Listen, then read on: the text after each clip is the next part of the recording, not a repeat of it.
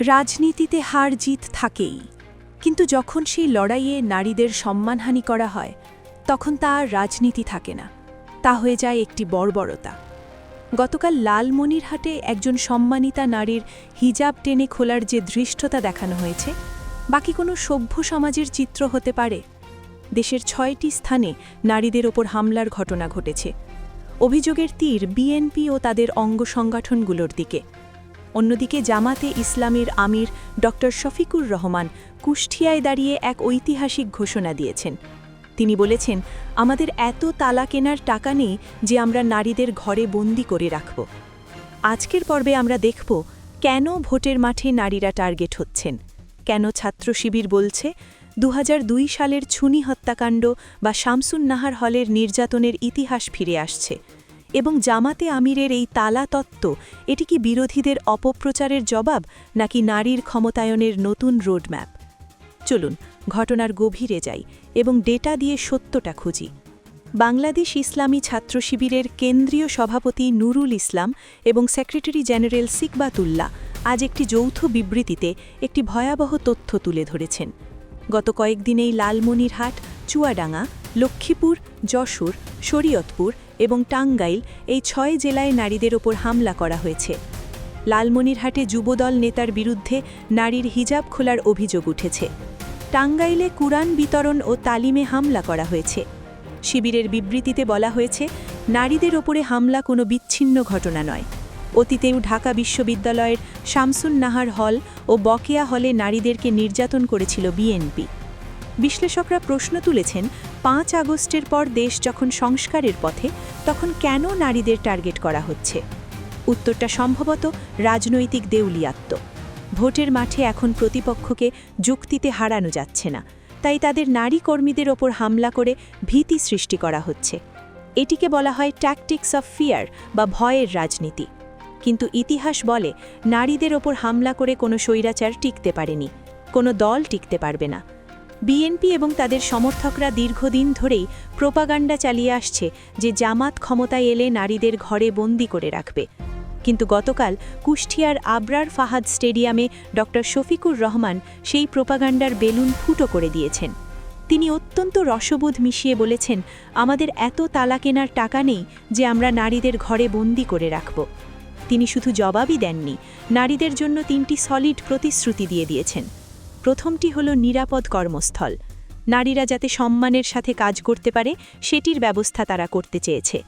দ্বিতীয়টি আলাদা bus service, বড় শহরগুলোতে নারীদের জন্য স্পেশাল ট্রান্সপোর্টের ব্যবস্থা। এবং তৃতীয়টি হল সম্মানজনক অবস্থান, অর্থাৎ মা বোনদের মর্যাদা নিশ্চিত করা।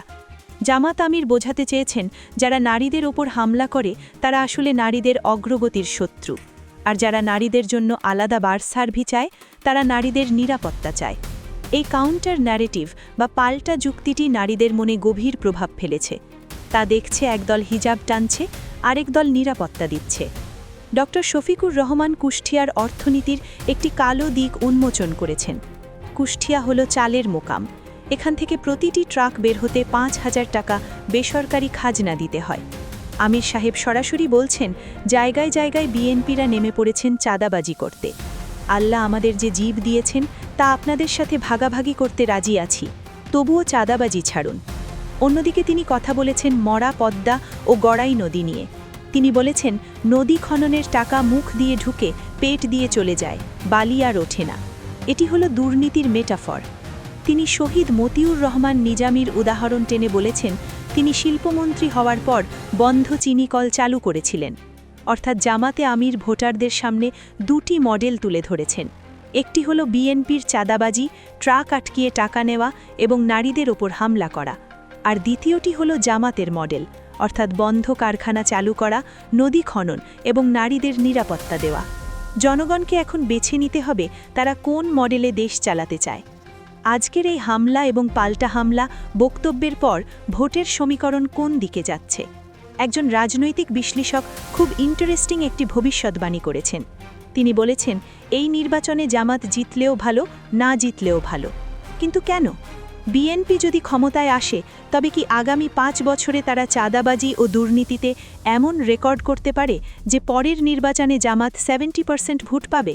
নাকি এখন মানুষ সচেতন হয়ে দাঁড়িপাল্লা বা জোটের প্রতীক এই রায় দিবে? প্রিয় দর্শক, দাবা খেলায় অনেক সময় এক বড়ি খাইয়ে দিয়ে প্রতিপক্ষের মন্ত্রী খাওয়ার ফাঁদ পাতা হয়। রাজনীতিও কিন্তু তাই। একজন বিশিষ্ট রাজনৈতিক বিশ্লেষক ২০২৬ সালের নির্বাচন নিয়ে এক বিস্ময়কর ভবিষ্যৎবাণী করেছেন। তিনি বলেছেন, এই নির্বাচনে জামাত জিতল আলহামদুলিল্লাহ, না জিতলে আরও বেশি ভালো কথা। শুনে অবাক হলেন? মনে হচ্ছে স্ববিরোধিতা, কিন্তু এর পেছনে আছে এক গভীর জবীয় পলিটিক্যাল ক্যালকুলেশন। বিশ্লেষকরা বলছেন, বিএনপি গত ১৭-১৮ বছর ক্ষমতার বাইরে ছিল, তারা এখন ক্ষুধার্ত বাঘ। যদি তারা ক্ষমতায় আসে, তবে আগামী ৫ বছর সারা দেশে কি ঘটতে পারে তার একটি ট্রেলার আমরা এখনই কুষ্টিয়া বা লালমনিরহাটে দেখছি। কেন এবার বিএনপি জিতলেও ২০৩১ সালে তাদের ভোট ব্যাংক শূন্যে নেমে আসতে পারে, এবং জামাতের জন্য কেন সেটাই আসল গেম হতে পারে? সেই বিশ্লেষকের মতে ৫ই অগাস্টের পর বিএনপির নেতাকর্মীরা এখনই যেভাবে জমি দখল, মারামারি আর চাঁদাবাজিতে নেমেছে, ক্ষমতায় গেলে সেটার মহোৎসবে পরিণত হবে। ভাবুন, একবার ক্ষমতায় না আসতেই যদি ট্র্যাক প্রতি ৫,০০০ টাকা চাঁদা ওঠে, তবে সরকারে গেলে কি হবে? বিশ্লেষকরা বলছেন, এই হারে টাইগার সিন্ড্রোমই হবে বিএনপির পতনের মূল কারণ।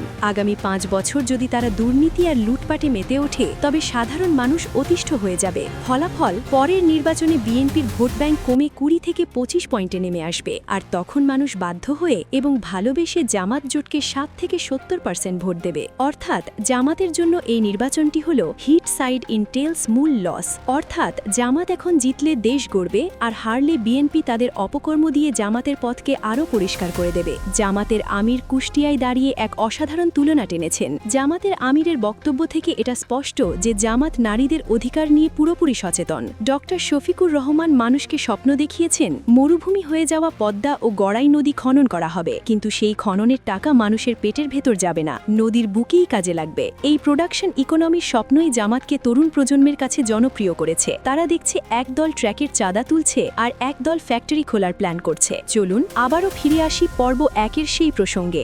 নারীদের উপর হামলা, লালমনিরহাটে হিসাবটা না বা চুয়াডাঙ্গায় মা বোনদের উপর হামলা, এগুলো বিএনপির জন্য সেলফ ডিস্ট্রাকশন বা আত্মঘাতী গোল। জামাতের আমির যখন বলছেন, আমরা মা বোনদের মর্যাদার সাথে কর্মস্থলে নিরাপত্তা দিব, তখন বিএনপি নারীদের গায়ে হাত তুলছে। ভোটের মাঠে এগুলোর প্রভাব হবে সুদূর প্রসারী। বাংলাদেশের নারী ভোটাররা এবার সিদ্ধান্ত নেবে, তারা কি হিজাবটা নেতাদেরকে চায় নাকি নিরাপদ বাস সার্ভিস দেওয়া নেতাদেরকে চায়। ছাত্র শিবির হয়তো ঠিকই বলেছে, যারা মা বোনদের সম্মান দিতে পারে না, তারা দেশের নিরাপত্তা দেবে কিভাবে? প্রিয় দর্শক, আগামী ১২ই ফেব্রুয়ারি নির্বাচন, কিন্তু রাজনীতির খেলাটা শুরু ১২ তারিখে নয়, এটি আগামী ১০ বছরের একটি খেলা। বিএনপি তাদের কর্মীদের সামলাতে পারবে নাকি ক্ষুধার্ত বাঘের মতো আচরণ করে নিজেদের কবর নিজেরাই খুঁড়বে? আর জামাত কি তাদের ক্লিন ইমেজ আর তালা খোলার বিষয় নিয়ে মানুষের মন জয় করতে পারবে? কমেন্ট করে জানিয়ে দিন আপনার মূল্যবান মতামত। আর খবর রূপান্তর চ্যানেলে নতুন হয়ে থাকলে চ্যানেলটি সাবস্ক্রাইব করার অনুরোধ থাকলো। দেখা হচ্ছে পরবর্তী কোনো ভিডিওতে। আল্লাহ হাফেজ।